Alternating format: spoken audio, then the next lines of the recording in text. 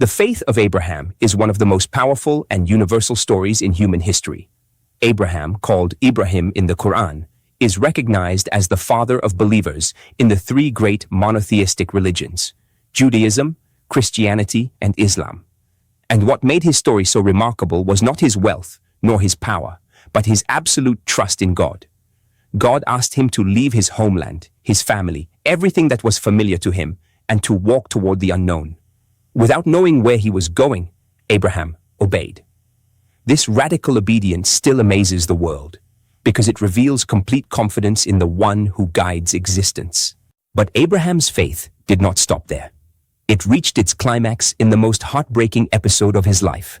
God asked him to sacrifice his own son, the child of promise, the son he had waited for so many years. For any human being, this would be an unbearable, incomprehensible test. And yet Abraham accepted.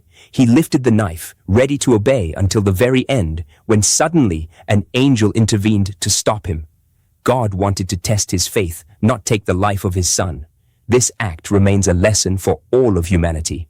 Abraham's faith was not a faith of words, but a faith of action. A faith that does not bargain, that does not calculate, but that trusts God even when everything seems impossible. Today, this story continues to amaze the world. Why? Because it reveals what true faith really is, unshakable trust. Abraham teaches us that to believe is not only to pray or to hope, but also to act, to rise, to walk, to obey, even when we do not understand.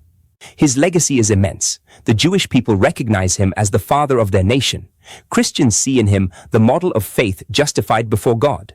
Muslims honor him as the friend of God, Khalil Allah, and commemorate his test during the Feast of Sacrifice.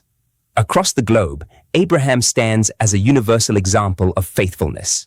The faith of Abraham amazes the world because it transcends centuries and unites billions of believers.